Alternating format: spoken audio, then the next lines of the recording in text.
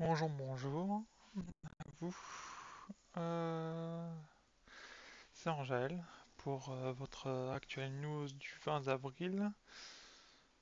Nous allons traiter de beaucoup de sujets, notamment la fermeture de serveurs encore, et de beaucoup d'autres choses.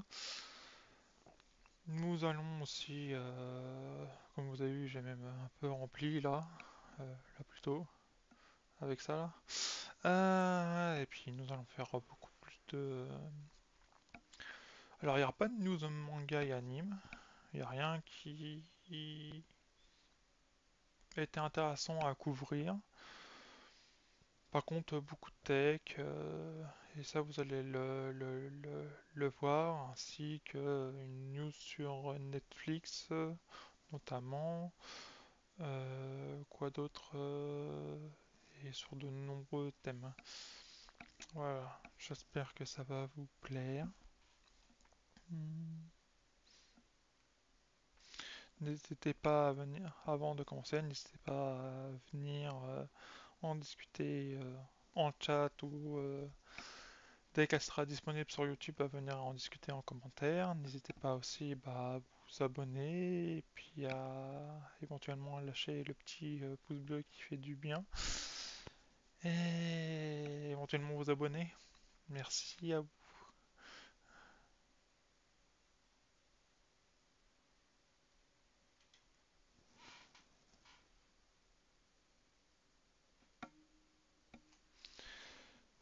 Alors, on commence avec les serveurs de Little Big Planet 3 sont définitivement fermés. En janvier dernier, un problème technique avait forcé les développeurs de Little Big Planet 3 à désactiver temporairement les serveurs du jeu.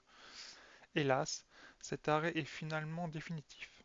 C'est à travers un communiqué que la fermeture totale des serveurs du titre a été annoncée. Toutes les fonctionnalités connectées sont donc définitivement coupées. Ainsi, il n'est plus possible d'accéder et de télécharger les créations d'autres joueurs. Les éléments de la communauté qui sont déjà été téléchargés peuvent toujours être utilisés. Il est primordial de ne pas les supprimer pour en conserver l'accès.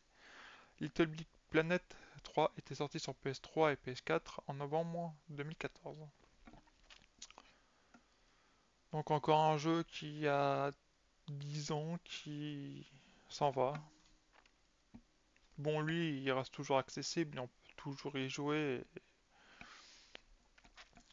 et jouer aux créations de la communauté si on l'a déjà téléchargé avant, mais ça fait que...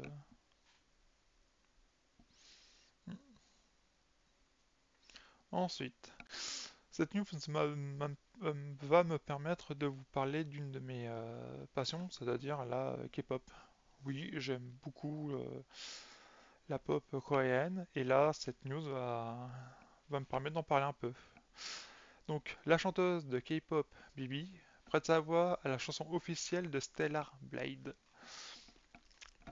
Sony fait les choses en grand pour assurer la promotion de Stellar Blade. La firme japonaise s'est octroyé les services de Kim Young-so, une chanteuse de K-pop connue sous son nom de scène Bibi. L'artiste sud-coréenne nous propose donc le thème musical principal de l'exclusivité PS5 qui sortira le 26 avril prochain. La chaîne YouTube de PlayStation a même partagé le clip qui rend hommage à l'univers du jeu.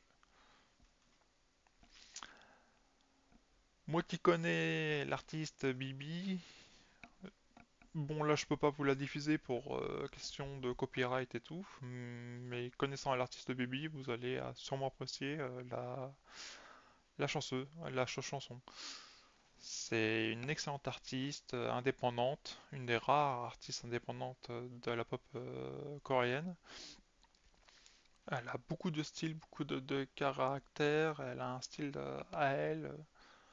Allez la voir, c'est vraiment différent de ce qui se fait dans la K-pop culture et oui, je vous la recommande.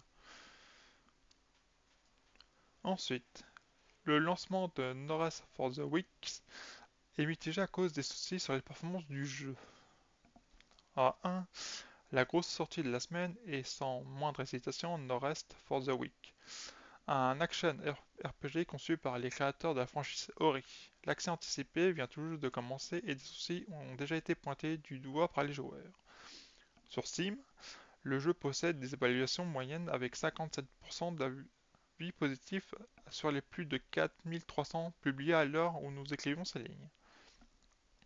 Le principal souci du titre lié à ses performances capricieuses.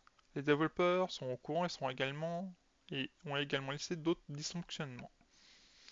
Par exemple, des utilisateurs ne parviennent pas à mettre le jeu en pause lorsqu'ils jouent en solo, les textures ne sont pas correctement traduites et certains formats d'images ne sont pas encore pris en charge. Des correctifs seront apportés via des futurs patchs. De plus, il est possible de contourner plusieurs problèmes, comme le fait d'être bloqué dans le décor. Il faut pour cela tout simplement recharger le dernier checkpoint en revenant au menu principal. Parfois, une sauvegarde peut aussi être perdue. Il est alors nécessaire de retourner une nouvelle fois dans le menu principal et d'accéder au royaume puis de reprendre une sauvegarde antérieure. Alors, d'après beaucoup de retours, ce jeu aurait plus que des problèmes de performance vu... Enfin, il est magnifique le jeu, il a une direction artistique absolument sublime, ça c'est pas le souci. Il a un système jour-nuit qui fait que l'ambiance du jeu est totalement différente de l'un à l'autre. Il a une ambiance sonore et des musiques absolument sublimes. Mais sa liste de points positifs s'arrêterait là. Il aura d'énormes problèmes aussi de game design. Il aurait voulu fusionner un Diablo et un Souls. Pas trop possible. Donc, et des soucis aussi de HUD. Voilà, ils, ils voulaient, je pense, faire un HUD très minimaliste et tout, avec un système de roues pour accéder à ces objets et tout. Mais il y a beaucoup de problèmes, mais ça pose plus de problèmes vu que c'est alambiqué pour rien, quoi. Donc il y a plus que les problèmes de performance du jeu. Ensuite, CI Game a réalisé d'excellents résultats financiers en 2023, principalement grâce à Lord of the Fallen. En janvier dernier, CI Game licenciait 10% de son personnel afin de préserver la solidité et la stabilité de l'entreprise. 3 mois plus tard, la firme polonaise annonce des recettes fiscales records pour l'année 2023. CI Game a donc enregistré plus de 60 millions de dollars de revenus nets pour son exercice qui a pris fin le 31 décembre 2023. Cela représente une hausse de 400% d'une année à l'autre. Lancé le 13 octobre dernier, Lord of the Fallen compte pour 83% du chiffre d'affaires de l'entreprise et Sniper Ghost Warrior Contract 2 pour 9%. Il s'agit tout simplement des meilleurs résultats de l'histoire de CI Game. Attendez, on va calculer. Donc 83 c'est Lord et Sniper Ghost c'est 9. Donc 83 plus 9 ça fait 92. Où sont le reste? Ah, ça doit être aussi les anciens jeux qui ont dû continuer à se vendre, j'imagine. Vu que je connais pas les licences ni l'éditeur, je sais pas s'ils pratiquent les microtransactions et s'il y en a dans ces jeux, quoi. Donc c'est peut-être peu possible que ça contribue aussi un peu aux chiffres, mais ça fait du bien que savoir que 80% du chiffre d'affaires d'un éditeur vient d'un jeu solo. C'est bien. Ça n'efface pas les 10% du personnel effacé et viré, mais c'est bien. Petite news pas très habituelle pour ce style de jeu. Ce joueur de Call of Duty vient d'atteindre le 10e prestige de Modern Warfare 3 sans tuer un seul adversaire. Pilgor One s'est donné un défi plutôt inédit dans un Modern Warfare, à savoir monter Prestige 10 en effectuant aucune élimination. Un défi de taille quand l'objectif principal est d'éliminer les joueurs adverses. Mais comment est-il parvenu à relever ce défi? Vous n'êtes pas sans savoir que Call of Duty Modern Warfare 3 nous plonge dans une troisième guerre mondiale fictive, que ce soit dans la campagne ou bien dans le multijoueur. Notre mission est simple, éliminer les adversaires de la faction adverse. Nous sommes sur un jeu de tir qui simule la guerre, donc oui, nous devons effectivement éliminer d'autres joueurs pour emporter des parties, sécuriser des objectifs et gagner des niveaux. Enfin, gagner des niveaux dans la guerre réelle, voilà. Dans Call of Duty, ce niveau est déterminé par son prestige, un signe distinctif qui représente le niveau du joueur. Pour monter de rang, vous devez effectuer des prouesses sur le champ de bataille, à savoir compléter des défis d'élimination, en sécurisant des objectifs ou encore en aidant vos alliés. Plus vous montez de prestige, plus vous êtes censé être un soldat aguerri avec de nombreux faits d'armes à votre actif. Sauf qu'un joueur brave les codes en accomplissant un défi fou sur Modern Warfare 3, à savoir monter Prestige 10 en éliminant aucun joueur. Le défi fou de Pilgor One sur Modern Warfare 3. Pilgor One s'est alors donné pour objectif de monter jusqu'au Prestige 10 sans toucher à un cheveu des adversaires. Une mission plutôt complexe, car même l'explosion d'un système trophy inflige des dégâts tuant accidentellement un adversaire. Sur un jeu comme Modern Warfare 3, où notre mission est d'infliger des dégâts à nos adversaires jusqu'à ce que mort s'en suive, toute erreur peut compromettre ce genre de défi. De surcroît, le pacifisme dans Call of Duty revient à se mettre une énorme cible sur la tête. Les adversaires traquent bien souvent les adversaires les moins puissants pour augmenter leur série d'élimination et grossir leur KD. Ratio mort-élimination. Bon, enfin, les moins puissants, les moins aguerris. Hein. On parle pas là de puissance pour arrêter de mettre le mot puissance à tous les coins de rue. Non, c'est les joueurs ouais,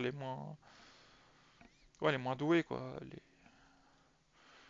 Les noobs ou alors ce qu'on appelle maintenant les bots. Ainsi, Pilgor One a dû prendre toutes les précautions pour rester en vie, gagner de l'expérience facilement tout en veillant à venir en aide à ses alliés. Un exercice très complexe dans le chaos que représentent les parties compétitives sur Call of Duty Modern Warfare 3. Il explicite avoir concentré des efforts sur les modes de jeu à objectifs comme la domination ou les points stratégiques et avoir joué à travers les zones à sécuriser avec d'une main son bouclier anti-émeute pour survivre et sa mitrailleuse pour éliminer les séries d'élimination et accessoires tactiques de ses adversaires, drones, tourelles, mines, etc. Pilgor One a réussi à relever son défi et pas sans effort car il lui aura fallu pas moins de 486 parties pour aborder un KD de 0,00. Aucun mec de tuer. Le joueur pacifiste a passé près de 3 jours pour atteindre le prestige 10 sans éliminer un seul adversaire. Et ça aurait pu être pire, puisque Pilgor One n'a pas lésiné sur l'utilisation des jetons double XP pour gagner quelques points d'expérience supplémentaires, bien qu'il n'en gagnait déjà pas beaucoup. Il affirme que ce défi nécessite beaucoup de patience. Il est vrai qu'il aurait pu être tenté d'éliminer par vengeance un adversaire un peu trop collant, voire trop insultant. On ne refera pas la réputation des joueurs sur Call of Duty, très toxique pour la plupart, mais certains petits prétentieux n'hésitent pas à proférer des propos acerbes dans le but de blesser l'ego d'autres joueurs. Ils témoignent avoir été victimes de nombreuses provocations. Il aurait pu voir rouge à tout moment, mais il souligne avoir beaucoup trop de patience pour tomber dans ce genre de jeu stupide. Pilgor n'est pas son premier coup d'essai, car il avait déjà relevé ce défi sur de nombreux jeux, notamment sur Call of Duty Modern Warfare 2. Nous le verrons peut-être dans le prochain Call of Duty. Donc à savoir Golf War, si le titre est bien celui-là.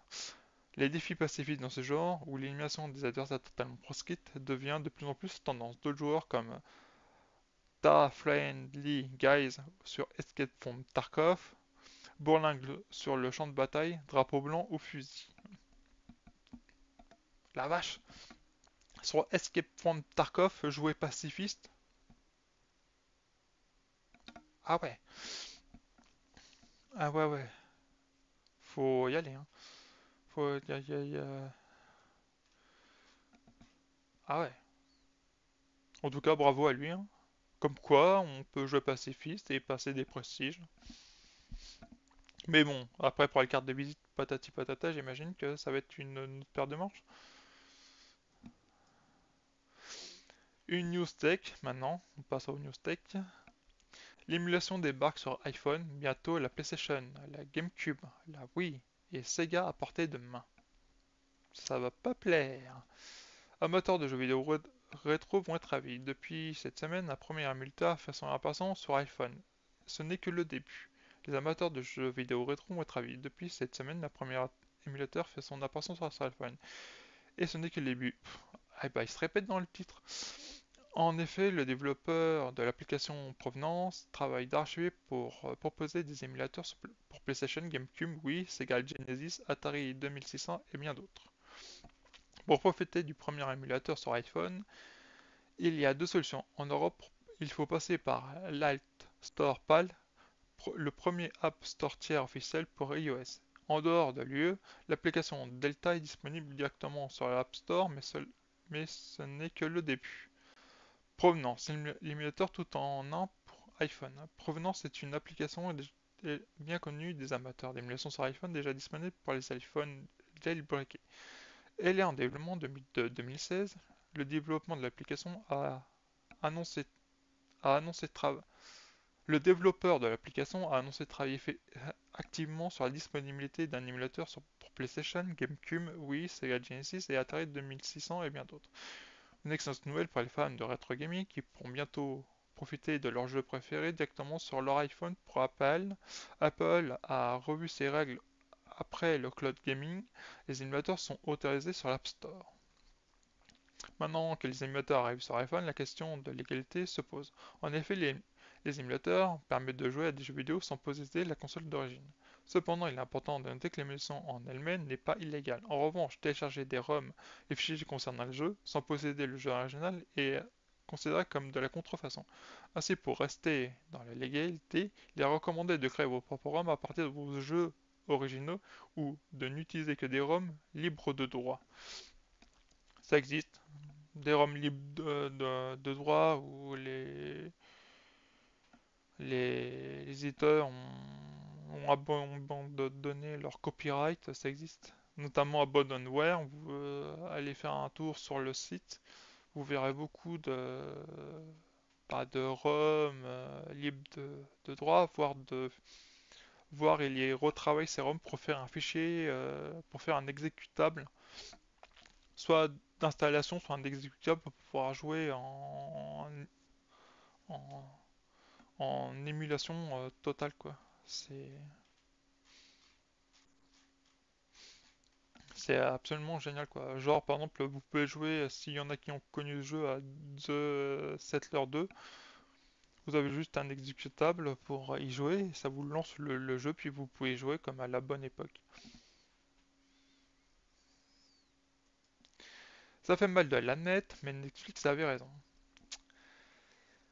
Netflix avait raison, ça va être de pire en pire. C'est en tout cas la lecture qu'il est possible d'avoir des résultats financiers du premier trimestre 2024 de l'entreprise de Reed Hastings. On aurait aimé dire la baisse, mais la stratégie de Netflix fonctionne. Pour le moment, pas que nous souhaitons du mal à l'entreprise et ses employés, loin de là. Mais on aurait espéré pouvoir dire qu'une stratégie fondée sur le consentement des utilisateurs était à privilégier. Ce n'est pas le cas. La stratégie de Netflix fonctionne. Jeudi, Netflix a dévoilé du ses résultats du premier trimestre 2024. Ils vont au-delà des espérances. Sur la période, son service de S-Video a gagné 9,3 millions d'abonnés supplémentaires, portant son total à 270 millions. C'est d'autant plus impressionnant que tous les observateurs du marché estimaient la moitié. Oui, mais voilà, la stratégie de Netflix fonctionne. Serrer la vis rendre le partage de comptes plus compliqué et proposer un abonnement moins cher, moins qualitatif et financé par la publicité, on aurait pu penser que ça aurait fait fuir les abonnés. C'est d'a- c'est d'ailleurs la tendance qui se dégageait de nos différents sondages sur la question. Et pourtant, le bilan est positif pour Netflix. Mais pour combien de temps? Et jusqu'à quand? Il faut dire aussi que Netflix a su rester au cœur de l'attention. En ce début 2024, en adaptant la série Le problème à trois corps, le roman SF de Liu Cixin, c'était la série événement de ce trimestre. Et même si les avis à son sujet sont partagés, elle a certainement poussé un certain nombre de personnes à relancer leur abonnement. Les chroniques de Bridgerton, Avatar, le dernier maître de l'air, Squid Game, You, l'année 2024 sera ponctuée de diverses raisons de réactiver son abonnement Netflix. Mais est-ce que ce sera suffisant pour pérenniser ce modèle économique? Rien n'est moins sûr. C'est même si peu probable que Netflix a annoncé lors de son rapport trimestriel que le nombre d'abonnés serait désormais plus communiqué à partir de 2025. Un manque de transparence immédiatement sanctionné par des investisseurs avec une chute de 9% du prix de l'action de Netflix, soit la journée suivant l'annonce. Sur ce point, n'avait apparemment pas raison. Dans un monde post-Covid, post-guerre en Ukraine, où les marchés s'envolent, où les dividendes n'ont jamais été aussi considérables, les investisseurs veulent des rendements élevés, des garanties de gains, et pour cela, Netflix va devoir montrer patte blanche, et il va falloir leur promettre de nouveaux abonnés, de nouvelles rentrées d'argent et des profits à la hauteur des attentes. Pour cela, Netflix a une idée, la même que Disney, pour tout dire. L'idée simple, réinventer la télévision, proposer des chaînes qui diffusent du contenu en continu. Pour l'abonné, c'est la sérénité de ne pas choisir son propre programme. Pour Netflix, c'est un coût d'infrastructure réduit. Diffuser le même programme en simultané sur plusieurs personnes permet de compenser, de mutualiser et, in fine, d'économiser un peu. En dehors des futures augmentations de prix, elle est donc là la nouvelle idée des services de SVOD pour se plier au capitalisme. Et on aurait aimé dire que c'est une mauvaise idée, que ça va pas marcher, mais que cela nous obligerait certainement à faire notre mea culpa dans quelques mois pour dire que Netflix avait une nouvelle fois raison. Donc, oui. Après, il y en a qui se battent pour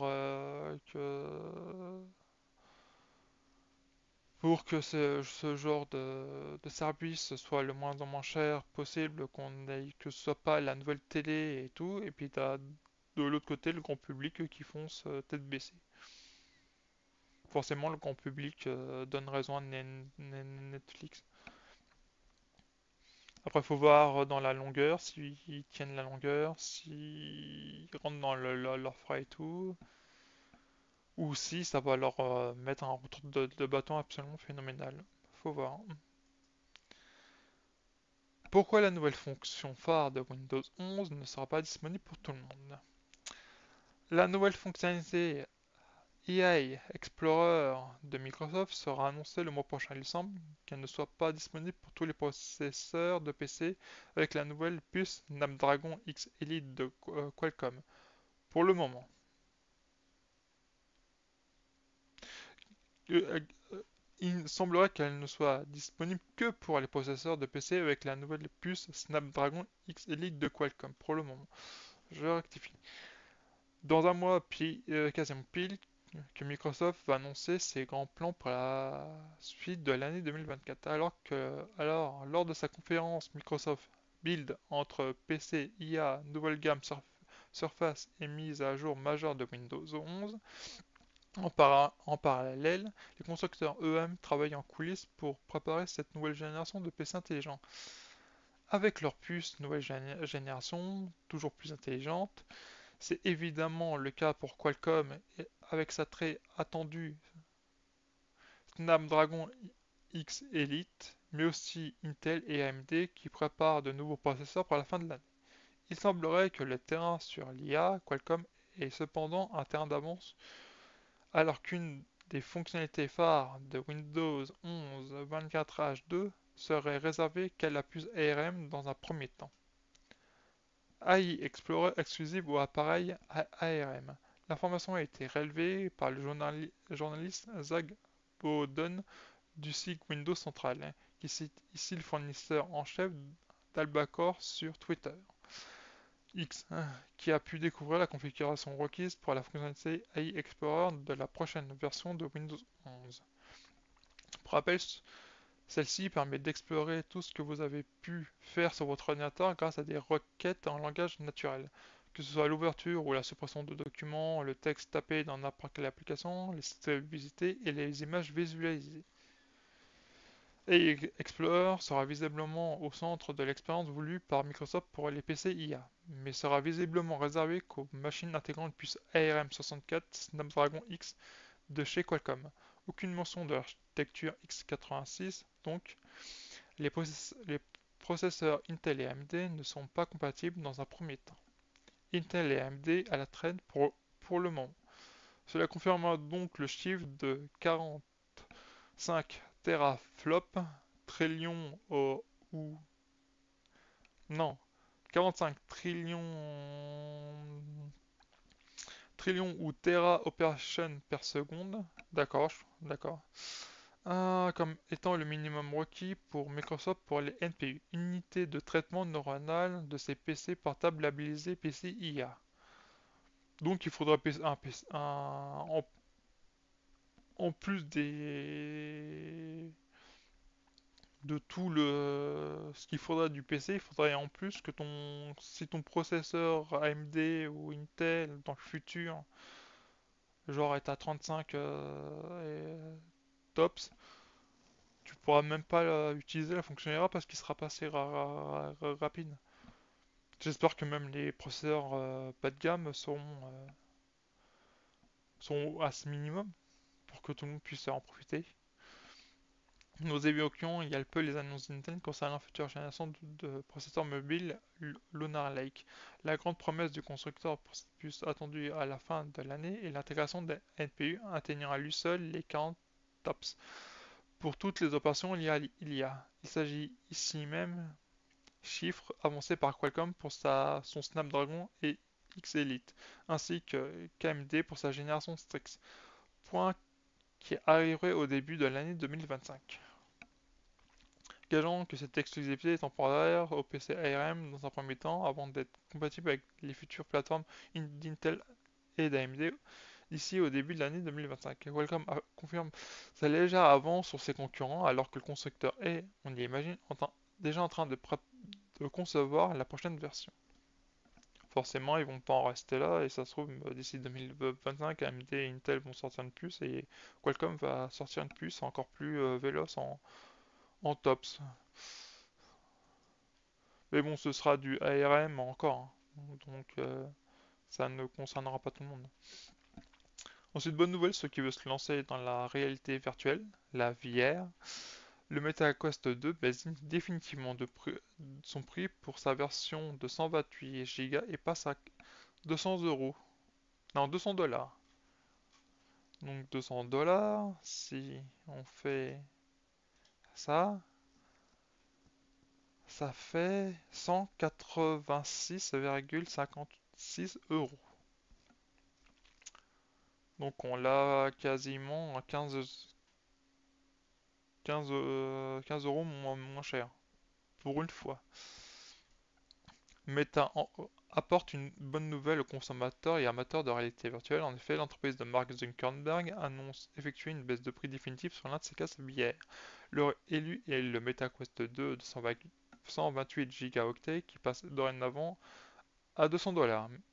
Ce même produit, qui a eu son prix passé de 300, donc de 400 dollars à 300 dollars lors de la sortie du MetaQuest 3, lors de la sortie du Quest 3 pour désormais arriver sous la barre symbolique des 200 dollars.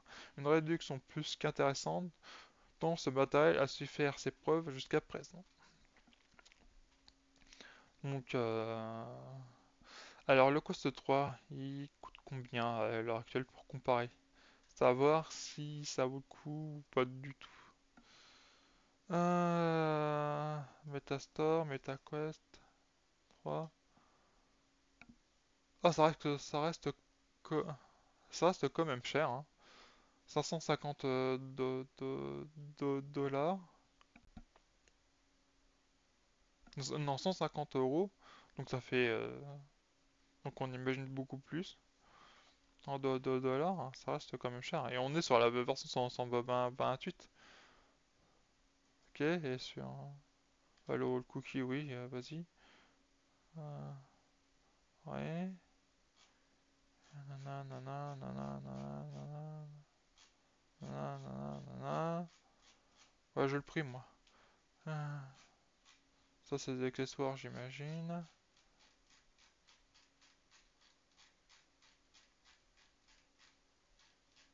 Et on peut pas choisir une version. D'accord.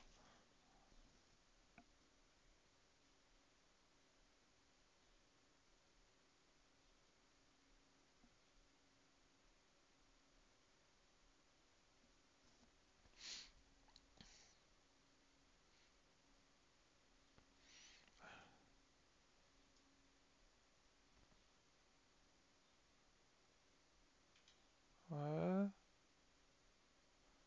Si je fais ça, c'est quoi? D'accord.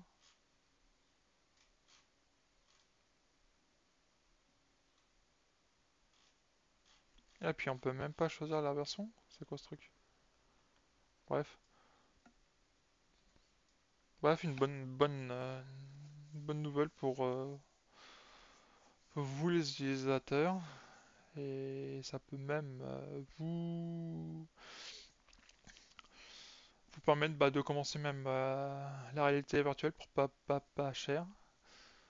Donc c'est plutôt une bonne nouvelle pour même pour le consommateur en général. Bon, sur ce point-là, écoutez, je vous souhaite une bonne. S'il y a personne qui qui est là en commentaire, je regarde, il y a personne. Dommage. Euh, donc s'il y a personne, bah écoutez, moi je vous souhaite une bonne fin de journée. Et je vous retrouve à partir de 3 heures bah, pour une session live auquel on va jouer. Je vous retrouve pour l'actuelle news bah, demain à midi et demi ou 45, je m'en souviens plus. Je pense que j'ai mis 45. Et en vous souhaitant aussi un bon week-end. Au revoir.